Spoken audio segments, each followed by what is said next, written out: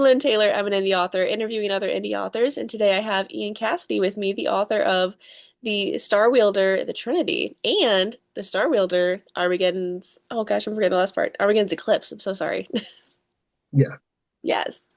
So hi, how are you? Doing good. This is my first interview through video format, so I'm kind of gonna need you to really work with me on kind of probing the questions here because I have no Yeah. problem yapping away about my world building when it's just me, but I kind of Yeah. I don't know where No, to even you're good. begin. You're good. I was extremely nervous my first podcast, so this is just a conversation between me and you. And if we get done, I will in the recording send it to you if you want to see it before it goes live, and if you don't like it, then we will not even put it live. No, it's fine. You can send it. More Yeah, no, authentic, the better, right? right. Well, and it definitely helps get the news out because you have your second book out, which we'll definitely talk about. But we don't even have to follow these questions. If we go off on a separate tangent, or if you just want to take the reins, by all means, go for it. Like this is about you and your books. So whenever you take the reins, just run. Sure. Well, I mean, what inspired me to write was I grew up in 1990. I was born in 1990, so I grew up basically exposed to all sorts of television shows, every kind of piece of media around. So I didn't really fixate on one. I always like a little bit of anime, different video games, whatever kind of pulled to my interests or what, I thought was aesthetically pleasing or had cool characters. So once I started reading books, I was inspired in about around middle school to really put pen to paper and try and make my own stories. I did. Back then, there wasn't really a lot of culture around it. So I was literally handwriting my first couple stories, which were awful. Oh yeah, they're bad. They will never see the light of day. They're gonna disappear. But Yeah. fast forward to my later years, I was more committed to the idea of doing a book, and it was actually the first Star Wielder. That was like the title I was fixated on. Was I'm going to do a chosen one trope. They're going to do a band of misfits, kind of like Lord of the Rings. They're going to assemble a crew together, and we're going to just go on this epic journey. I'm glad I changed the format because how it originally started was very cliched. It was a farm boy, got to go to the big city.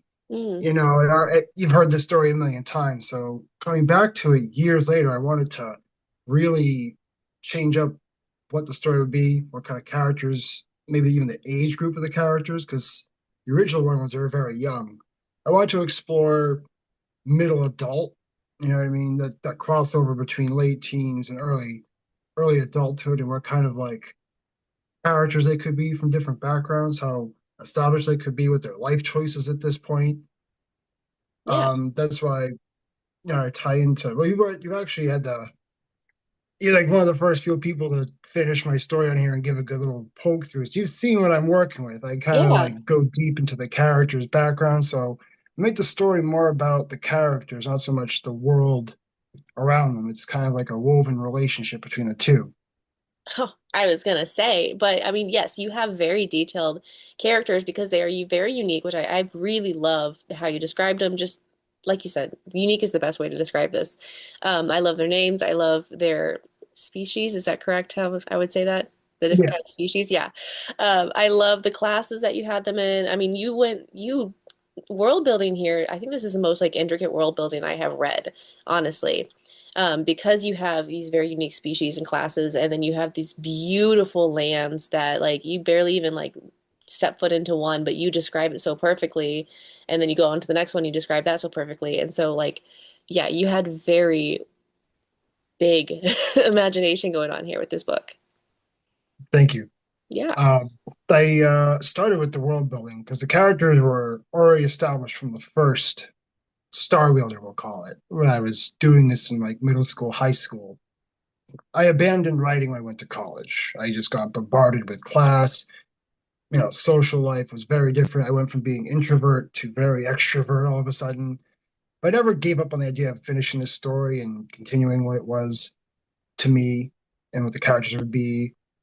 Um, I did want to reskin it. I wanted to abandon the idea of using humans, and I wanted to introduce more sci-fi element to the fantasy I was working with. And I was inspired by a lot of animation and the Full Sail animation to be exact. That would be Treasure Planet would be a good spin Ooh. throughout really, really, really quick. Mhm. That era of animation really drawn to me as a nostalgic thing. Um, so I started with the world building in the sense of like building, like for example, I would hand draw. I started with that about in end of 2019. So once I built like the world and the species I wanted to work with, then I kind of incorporated which personality and which character would kind of fit into the mold of what the breed of that species would be. Since I know my character Celia is a cheetah, but the fellow Dayans are also tigers, lions, and panthers. So what culture would that be? That's why I broke down into even further detail of like, meshing different inspirations together to get unique world, Yeah, unique oh, words are difficult. The unique culture for each kind of like region I'm working with. There we go, yeah, region. yeah. Well, and you can absolutely see that in there. I almost wonder, like as you're describing that, I almost wonder if it would help having kind of like a tree or a chart in the beginning of the book to show like just how many different species you touch in there because you really do, and it's beautiful. But then that way they can see like before they even get into it, they can see like, wow, look at that. He's got all like the I'm gonna say the names wrong, the Felidans. Oh, I'm still working on how to pronounce it correctly. I think it's Philadelphians for sure. You make it whatever you want. Um, You're the you're the owner. I know. I just whatever runs off the tongue better. About a world map and glossary. Yes, I had no knowledge of how to like do this. When I first started writing, it started as a screenplay.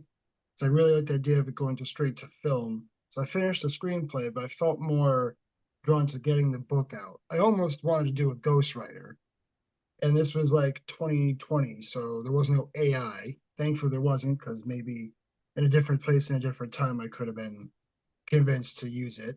Um, but I finished the screenplay, wanted to start the book, and my girlfriend at the time, who is now my wife, isn't well. Her major was more of psychology, so she had a sub major in editing and writing. So she just stepped up to the plate and said, "Hey, I can actually give you a little bit of pointers on how to like fix your book up." So Yeah, she was very pivotal to like helping me really pursue my dreams. She's that's been like amazing. She supporting the did a entire wonderful time. job. Oh, thank you. Yeah. I'll send the compliments along to her, and like you have no idea, everyone's so grateful you're alongside me on this journey. Yeah, well, being an the Um, author that you have to do everything. And so having that support, I mean, my husband was sort of my editor too for a lot of my books. Like having that support because you could read your book 100 times and miss something. You'd read it right over it every single time. And then someone else reads it and I you're like, oh, yep, there's a spot still there. missed some stuff. Yeah. Yeah, it's gonna happen. I helped you. I appreciate your point outs, by the way. Yeah. I It mean, happens. But I that mean, first publish, I had no idea I could.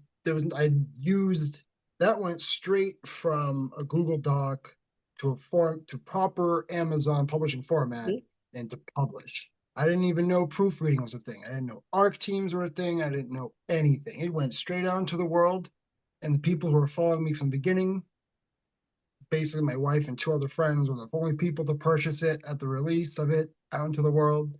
yeah, But I learned along the way on that. But back yeah. around now, I know to this is now I know the software to kind of put in the world maps because the second book, which I have the copy right here, I Ooh, did actually quick. Yeah, before I send this out to someone that's going to help me finish things, I do actually do the world maps at the end of this book. The yeah, ones I have on my website. What I'll do also on the front of it, the QR code to kind of help with things. Hang on. The paperback, it's so awkward. Here you go. It's like the glossary, and we got a QR code. So I'm thinking that'll help with the pronunciation of my characters and help people not lose track of what, the machinations of the plot, and the yeah, magic system, and the political things. But yeah. yeah. Uh, any questions for me? I mean, I feel like I'm No, rambling you're good. on. See, and that ramble was perfect. That was a good just get it all out and tell us all about it. Yeah, so let me see what my notes we have here. We've kind of hit on a lot of these. And so, oh, you've talked a lot about different little pieces of your book, but do you have kind of a blurb? Like you've had a lot of videos that you posted on TikTok that has a blurb of like someone who hasn't read your book, what is your Star Wielder book about? I don't know. This is even now it's still difficult. I got two. I got the one. elevator pitch I think I nailed, which is Dragon Messiah awakens to save a world that reviles him, and Band of Misfits got to come along with him. Um, and it Mhm. gets snowballs from there. Period. Then the second one, I try and go on a more big tangent of, oh, it's a cyberpunk, solar punk, action adventure fantasy. Character wakes up from hibernation and they've realized they're, in a world they don't even recognize because it's been 500 years or 1,000 years or something.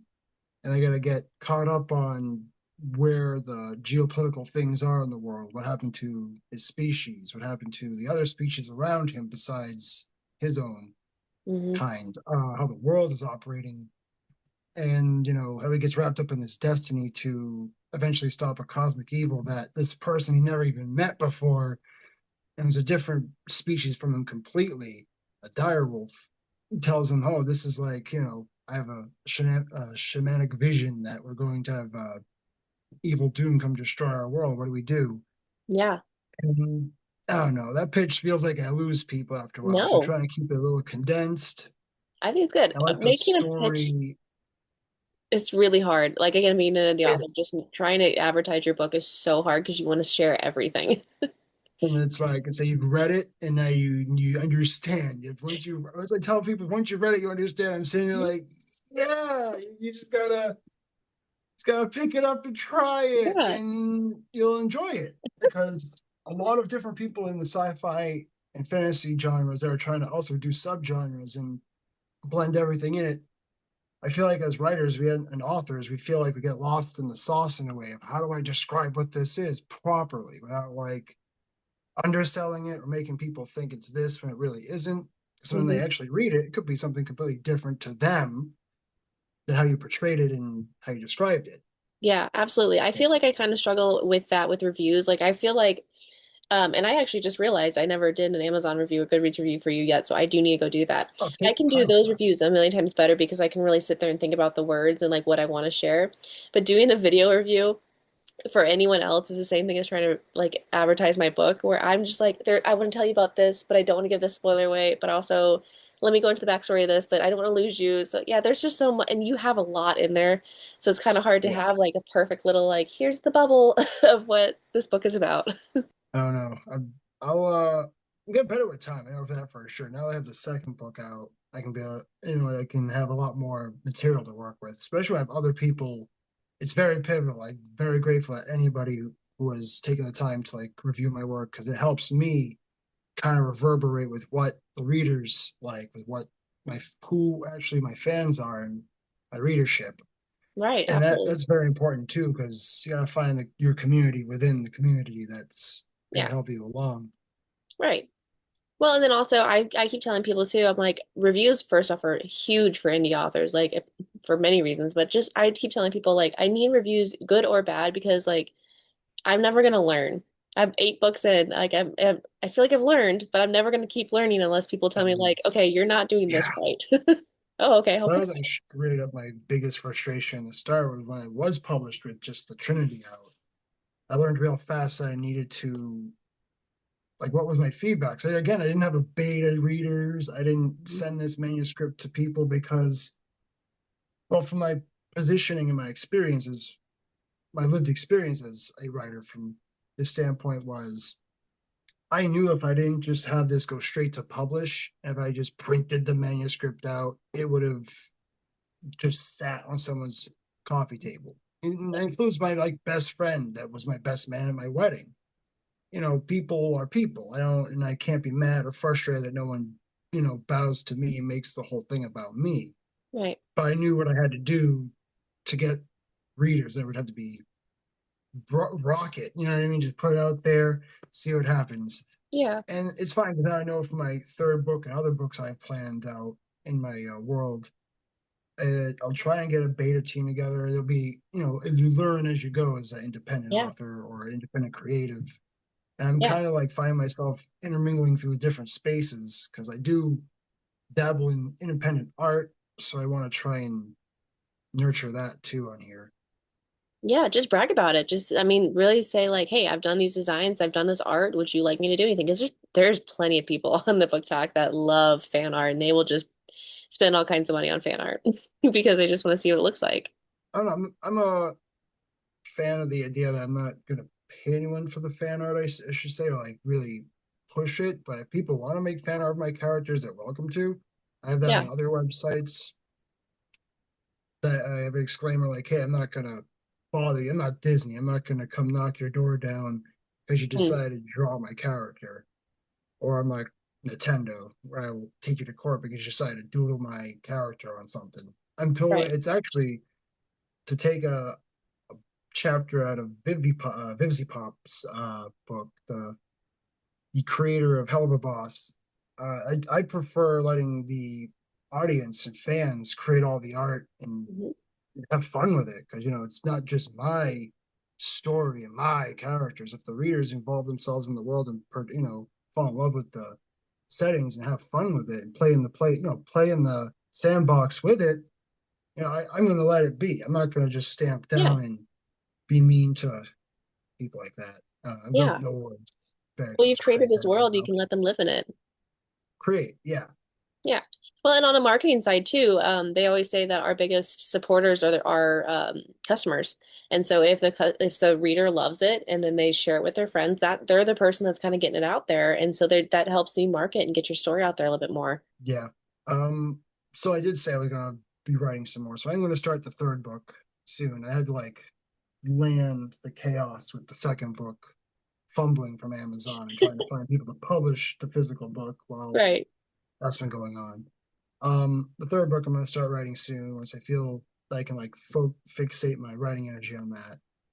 And I want to write a novella based on Singoza and Keelu's back like younger years. I feel like there's enough material there, and maybe if there's enough characterization there, I could write that.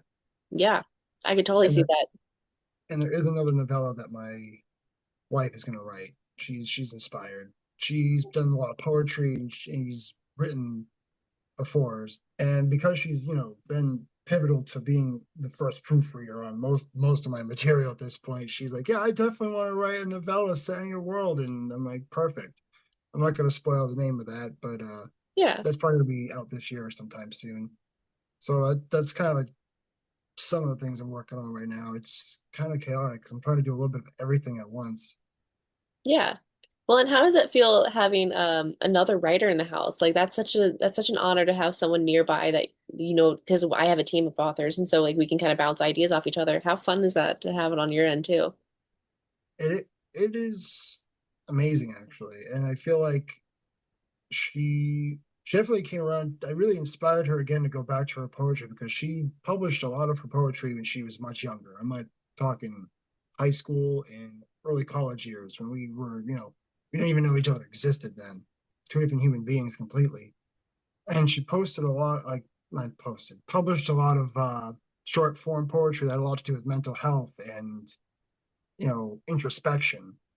And I guess when she saw me write the screenplay and then get more on board with the book, it kind of reignited the hey, I should, bring back this writing and be passionate. And I definitely support it. I mean, when she does write this novella, it's completely her credit, and she gets the royalties for it.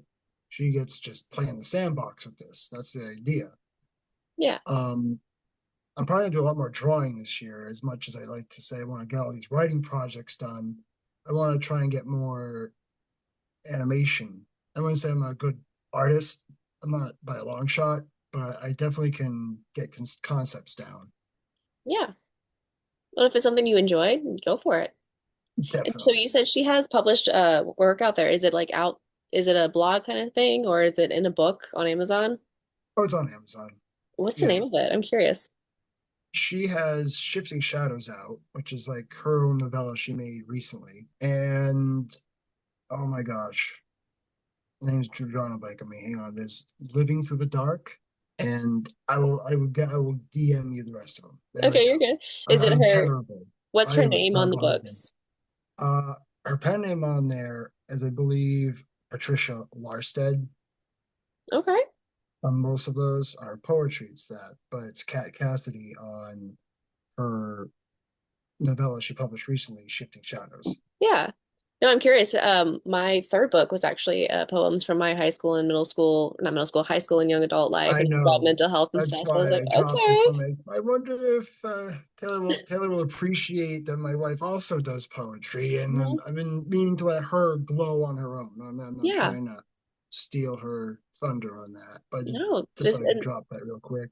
this is the perfect community for this. I mean, It is. bringing everyone in because let's be real, I'm sure for you guys too, the dream would be just to be able to be at home and do this kind of stuff, right? To write and enjoy and have this passion just I grow. am definitely busting butt to get to that. Yeah, me too. Absolutely. Um, it's a long way to go. I don't know. It's a lot. I have like big ambitions to make this an animation. That's why I'm also trying to like be the author of the screenplays for each of these things, plus the author of the book of each of them. And as I'm now like 5 years into this Yeah. commitment, since I started really reigniting it when I was 29, I it's a lot. It's gonna take a while and takes a lot out of you. And sometimes I gotta kind of decide what energy I'm gonna spend on what part of the project at the time I'm hmm at.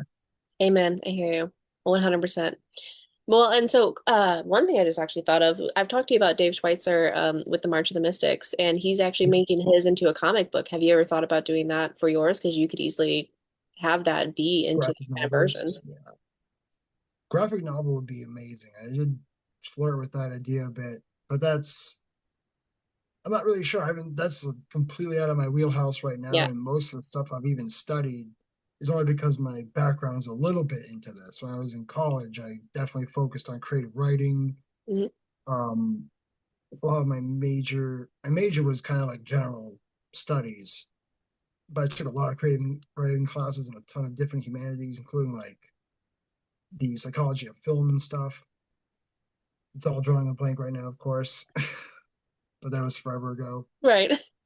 I kind of incorporated that in what I wanted to do, and when I came around to writing nowadays, I just didn't know if it would work well. So I'd like retouch on my writing abilities. So I did a lot of YouTube University, a lot of hmm writing blogs, all of the different kind of like help books, kind of touch up my abilities and still learn as I go because it's not the greatest writing, but I can improve as I go. With I Dave, I want to definitely get his book. I've been meaning to slide into his DM and get a signed copy. hmm Like, what do I got to do to get this? But it just, I feel overwhelmed all the time trying to do everything at once and be on social No, media and I get that. Yeah, and then the without reason being one of personal the doing it. reasons I talked about Dave's book is that Sengosa and Kilu, I think I'm saying her name right. Yeah, Kilu. They both have all these adventures like you're talking about, which I think is amazing to have. Like this is kind of adventures they've been on. So his main character has the same thing where he's kind of an Indiana Jones thing, and so he's been on all these other adventures too, and he has little like novelettes at the end of the book that have that. So I mean, that's something that you could look at that and see how he did that and just kind of apply it or see if that sparks anything for you as you're going into your novelette.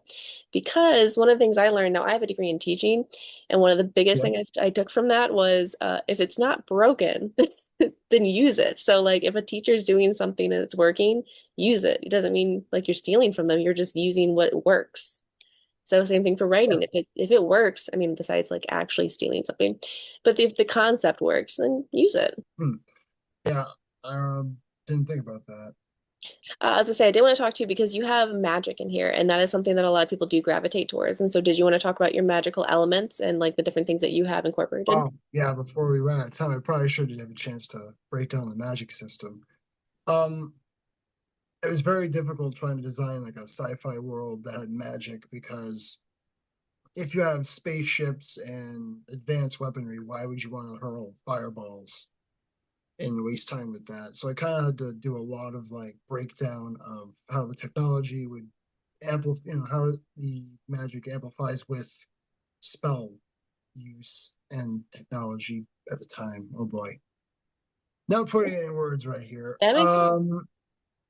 Because you're right. I Yeah. mean, if you're using a fireball against like a weapon, they they do work. But I what I liked about your magic, especially with that, like when they're actually facing each other, is that yeah, it draws energy, and so you can get tired. And so you do have that whole aspect of like, yeah, it probably would be better than a weapon, but it has its own cons as well. And so like trying to get into that.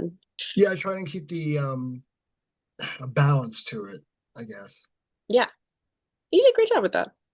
And I did like too, and I could take this out if it's a spoiler, but I did like too how there was like areas where there was magic dampenings, and so that they were kind of at a disadvantage where they couldn't use their magic in this area because of, I guess it was a spell or something. I'm forgetting, misremembering what it was. Um, yeah, I wanted to kind of figure how an advanced modern society would work with people who are randomly able to just cast magic. So I figured it would be a place where they would use magic dampening technology to Mm. kind of suppress. That way, you can't just run around the streets blasting people. Right. Keeps the peace, you could Yeah. say. But while I was role playing, I made sure to everything had like a pro and con. That way, there was no how to put it, cheesing the reader out of like something. You know what I mean? Like everything felt like it wasn't the author strong handing the character through it. No, so you had definitely have those moments where I don't, there's probably a term for it. I don't know what it is, but you have those moments where the character's like struggling and like you're like, oh no, are they gonna be able to do it? Especially even because they have the magic or they have the magic dampening thing, and now they're like falling behind, and so the reader's kind of like, are they gonna make it? And so you have those really good moments that you're just like holding on to the edge of your seat, like, is it gonna be okay?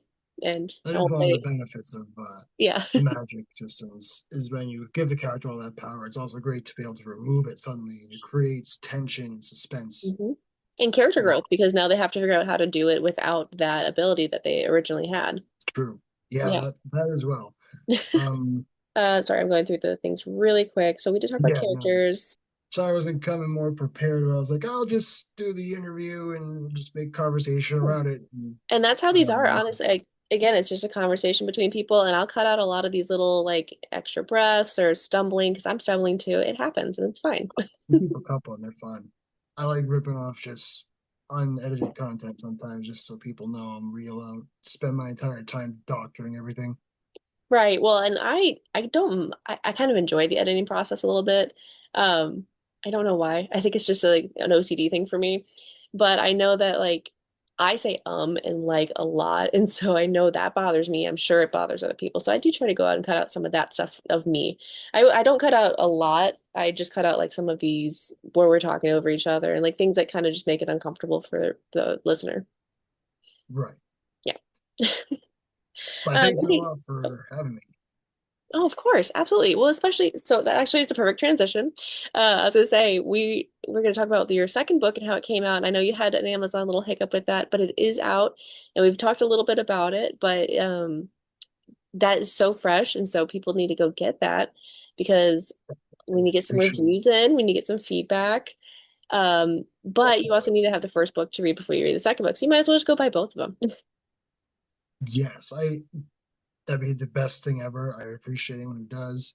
Um, on that segue real quick, I did get emails from both Barnes and Noble and Amazon, so I got the hiccup fixed. So the next like business day or two, paperbacks and hardbacks should be finally available on the Rainforest distributor, and Barnes and Noble will Right. be carrying it. Which I have to shout out our friend on here for really hooking me up in the comment section with that tip. That Yeah, was nice.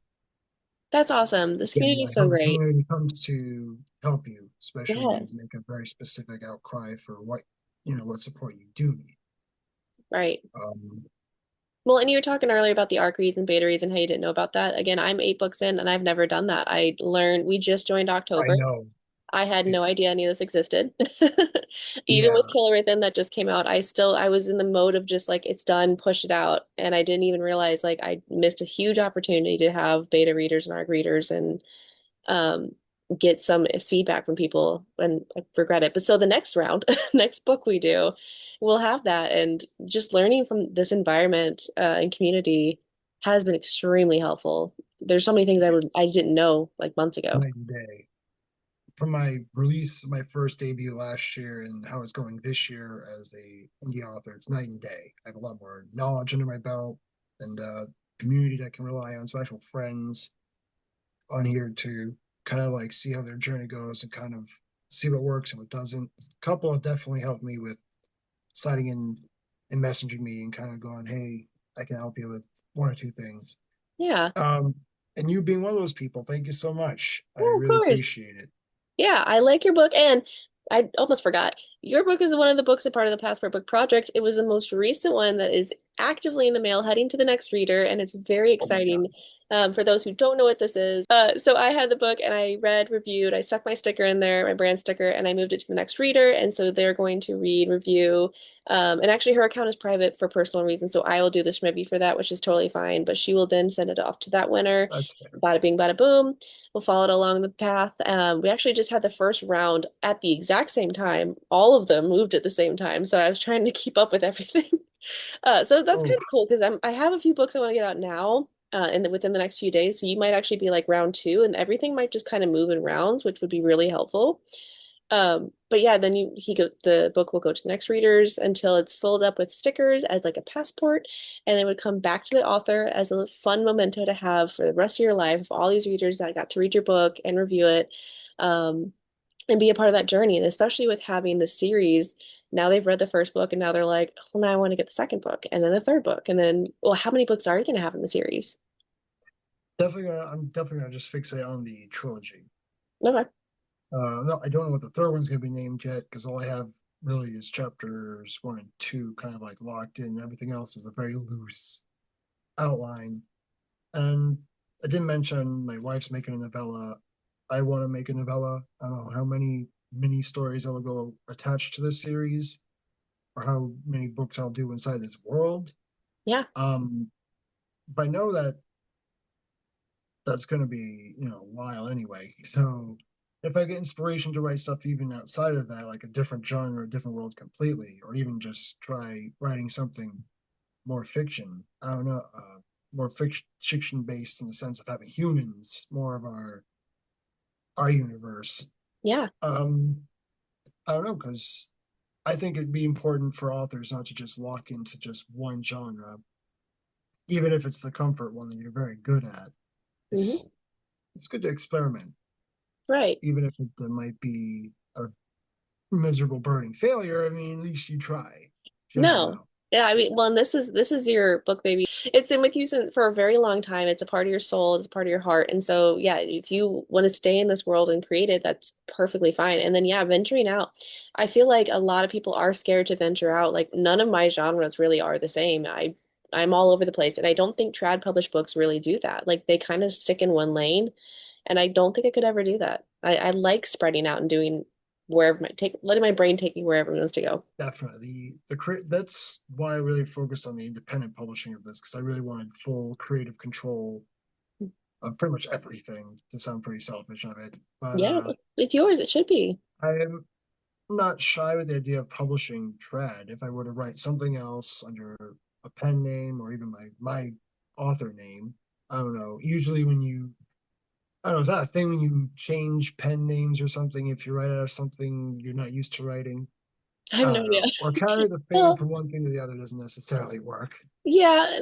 So May Paulson's on our team. She has a children's book, and then she wants to write her first novel that's actually cryptids. And so going from like, she's like, I don't know if I should have the same pen name on a Kids Illustrated and a cryptid novel. So, yeah, Hey, that's definitely something to that's think about. Like, do you want a whole different name, or do you want to just keep it together and hope that the parent looks at the book before they buy it?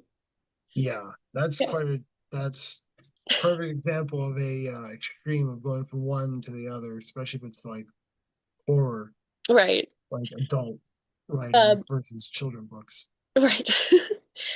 So this is totally my fault. I was not paying attention at the time. But if you want to do the Oh, artworks really quick, we do have 3 minutes. Or would you rather us jump into your socials really quick and then try to see if we have time for the artworks? the artworks are in the book.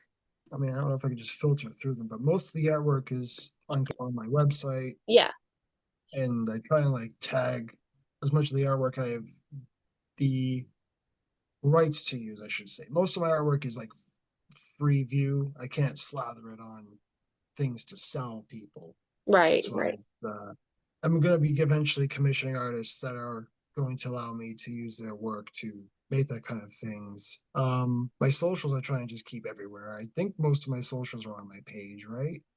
Yeah, and I'm on going to this grab particular. everything, and so I'll have it all in the Yeah, descriptions wherever this goes. So appreciate it. yeah, of And course. did want to mention before we forget about the book mailing is anything you do, just send my way too, so I can promote it Mm, on my page. I'll share everything, kind of make yeah, sure boost the algorithm for you. Thank you. yeah, of course.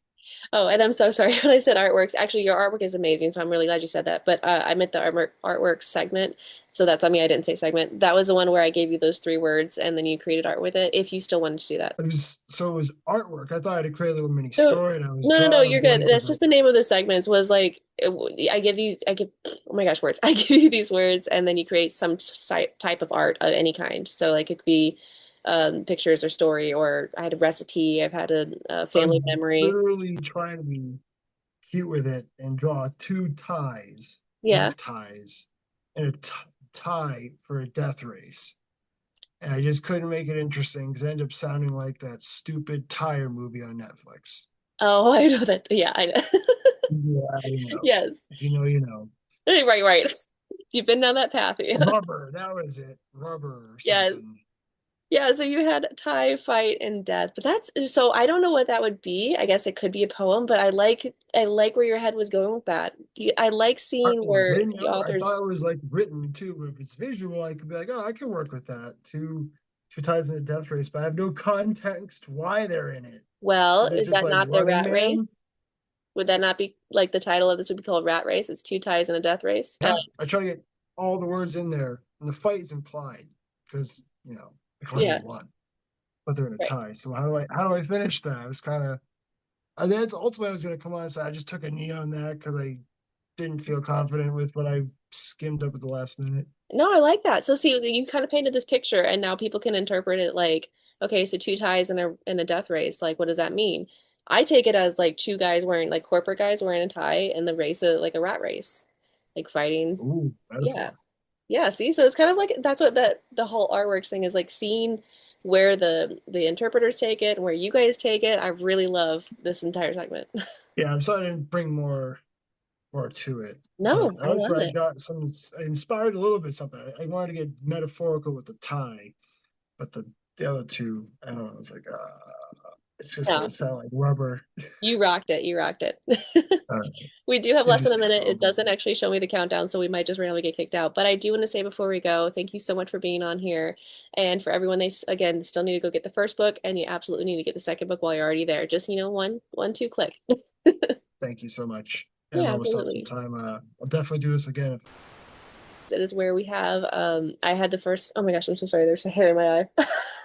That was gonna bother me really bad. No, See, that's the kind of stuff I might cut out.